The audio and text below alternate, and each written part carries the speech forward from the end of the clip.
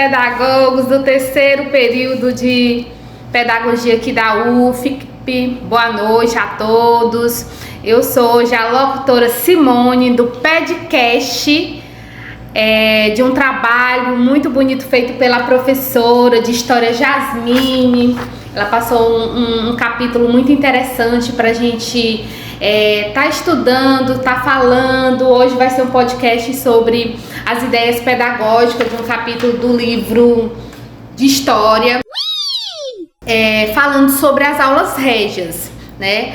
O nosso grupo, ele é feito por Carla Lustosa, que é a nossa entrevistada da noite. A aluna estuda comigo aqui com essa turma bacana. Ela vai estar aqui, a gente vai estar nesse bate-papo bacana falando sobre essas ideias.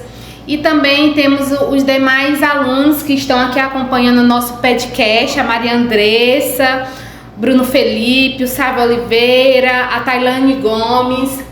Então é isso, gente. Vamos começar, vamos falar aqui sobre história, né? O nosso embasamento vai ser voltado, né? Quando a gente olha para esse tempo cronológico, vai ser voltado de 1759 até 1827. Então vai ser voltado, né? Sobre as aulas régias, bem nesse tempo que Marquês mandou o povo, mas Carla vai falar melhor sobre o nosso podcast. Então, Carlinha, meu amor, como é que você tá? Boa noite, que prazer estar sendo a entrevistada do nosso primeiro episódio do podcast. E vamos nessa, né? Tentar repassar algumas informações, né? E vamos. Então, Carlinha, eu queria ver com você, né, o que era de fato essas aulas régias, né? E em que contexto histórico elas foram criadas no Brasil? Bom, as aulas régias eram aulas públicas, né? Laicas, criadas pelo Estado português a partir das reformas educacionais, né, do Marquês de Pombal. E logo após a expulsão dos jesuítas em 1759.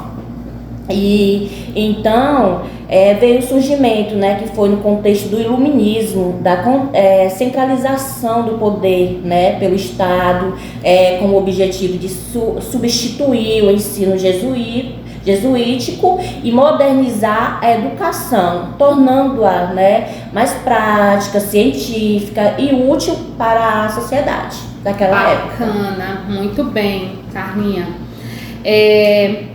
Nesse sentido, as aulas régias, elas substituíram um sistema educacional anterior.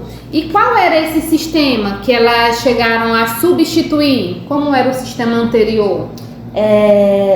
Simone, assim, as aulas régias, elas, de acordo com o texto, né, do capítulo 5, as ideias pedagógicas do despotismo. Então, Simone, as aulas régias, né, elas vieram substituir o sistema educacional jesuítico, né, que dominava a educação desde a colonização e era baseado na religião, né, na memorização, no ensino clássico tradicional. E após a expulsão dos jesuítas, foi necessário, né, criar um novo modelo de ensino público, e as aulas régias foram a principal resposta do Estado a essa lacuna, né, que ficou. Tá de prova final e precisa garantir a aprovação? Assine agora o podcast Premium e tenha acesso aos melhores conteúdos sobre educação. As aulas régias, elas foram a principal resposta do Estado, né, a essa lacuna, né, esse vazio, né, o sistema educacional jesuítico, né, que ficou, e aí então veio as aulas régias. Perfeito, Carlinha, muito bom. Teria como você falar aqui pra gente, citar pelo menos 2 disciplinas que passaram a ser ensinadas com as aulas régias, né? Com essa introdução das aulas régias no Brasil? Então, Simone, até mais, né? Nas aulas régias começaram a ser ministradas disciplinas como a gramática, português, latina, aí veio a filosofia, a matemática, a geometria, a astronomia, né? Línguas estrangeiras, né? Principalmente o francês, o italiano e o inglês, né? Mas o foco era ampliar justamente esse universo de conhecimento científico e moderno, acompanhando as ideias iluministas. Perfeito. Nesse sentido, qual a relação entre as aulas régias e o pensamento iluminista? Elas refletiam, né, o pensamento iluminista. Por quê? Porque elas defendiam uma educação baseada na razão, na ciência e na utilidade prática. O iluminismo influenciava a ideia de que a educação deveria contribuir para o progresso. Chega de ter os seus estudos atrapalhados por propagandas que não agregam em nada nos seus conhecimentos. Assine agora o podcast Premium Da sociedade, formar cidadãos preparados para o trabalho e diminuir a dependência da igreja, né? E assim o Estado passou a controlar a instrução pública e promover um ensino voltado para o conhecimento científico e moderno, como a gente vê, né, agora. Perfeito, Carlinha. Então, após a viradeira de Dona Maria I, né, porque nessa época ainda existia o imperialismo, né, o Brasil ainda tinha um imperador. O que aconteceu com as aulas régias? Com a viradeira de Dona Maria, né, Simone, houve uma reação contra o legado pombalino e Pombal foi afastado do poder. E nisso, mesmo com essa mudança política, as aulas régias não foram extintas, né? Elas continuaram em funcionamento e até se expandiram, mostrando que o modelo de educação pública já estava consolidado. Isso indica que, apesar da oposição à figura Pombal, suas ideias educacionais deixaram raízes importantes, né, no sistema educacional português. Eita, muito bem, né? Até porque nessa época foi um marco bastante grande que aconteceu no Brasil. Nesse sentido, Carlinha, qual a importância que você pode falar aqui pra gente no nosso podcast das aulas régias para a formação de professores naquela época? Lendo, né, os capítulos, lendo o livro, né, dá-se a entender, né, que elas foram importantes para criar necessidade de formação de professores leigos e capacitados, já que a educação saiu das mãos da igreja, né, e isso abriu caminhos para um novo perfil de docente, mais preparado para ensinar conteúdos científicos e modernos. Ainda existia, né, uma formação docente estruturada, como hoje, mas os professores passaram a ser selecionados e pagos pelo Estado, marcando o início de uma profissionalização do magistério. Muito bem. Nesse caso ainda não existia, né, naquela época, né, Carlinha?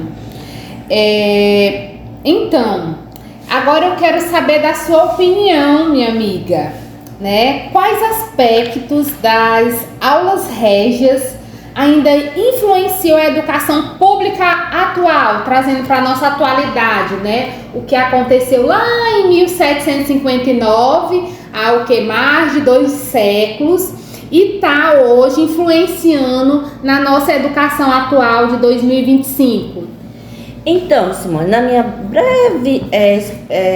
no meu breve entendimento que eu entendi, né, as aulas régias, elas influenciam até hoje a educação pública brasileira e portuguesa, principalmente na ideia de que o Estado deve ser responsável pela instrução pública, né, a presença de disciplina científica, o currículo organizado por áreas do conhecimento, né, e a centralização educativa pelo governo, né, são heranças desse período, né, que ficou, e a noção de escola pública gratuita, né, organizada por disciplinas e regulada por leis estatais, tem raízes nesse modelo pombalino. E então essa é a minha opinião, né, que as aulas régias ainda influenciam a educação pública atual. Muito bem, Carlinha. Que importância a gente falar sobre a história da educação, da gente compreender o que passava há mais de 2 séculos atrás, as influências que vieram, essa atuação do professor, a forma de ensinar para os alunos, né? Então, as aulas régias foi a primeira vez em que não era a igreja que comandava a instrução dos alunos, né? Não era a igreja que ensinava, mas sim, pela primeira vez, o Estado tomou de conta. Sabemos que, através das nossas aulas com a nossa professora queridíssima, Jasmine, a gente entendeu bem que não foi só flores nessa época também, né? Que a educação ainda era muito elitista, né? Ainda muito voltada para a burguesia. Olha aí, você não assinou o nosso podcast Premium e eu tô aqui te atrapalhando mais uma vez. Não adianta tentar pular essa propaganda, ela tem 20 segundos. 20 segundos de estudo que você vai perder porque simplesmente é mão de vaca por apenas R$10. Você fica livre disso tudo. Então, muito obrigada, turma. Muito obrigada, Andressa, Bruno, Sávio, Tailane e principalmente a nossa entrevistada Carla Lustosa. Eu amei ter esse bate-papo com você. Ver a importância do podcast, da gente poder conversar um pouco mais sobre educação. E é isso. Até mais, gente.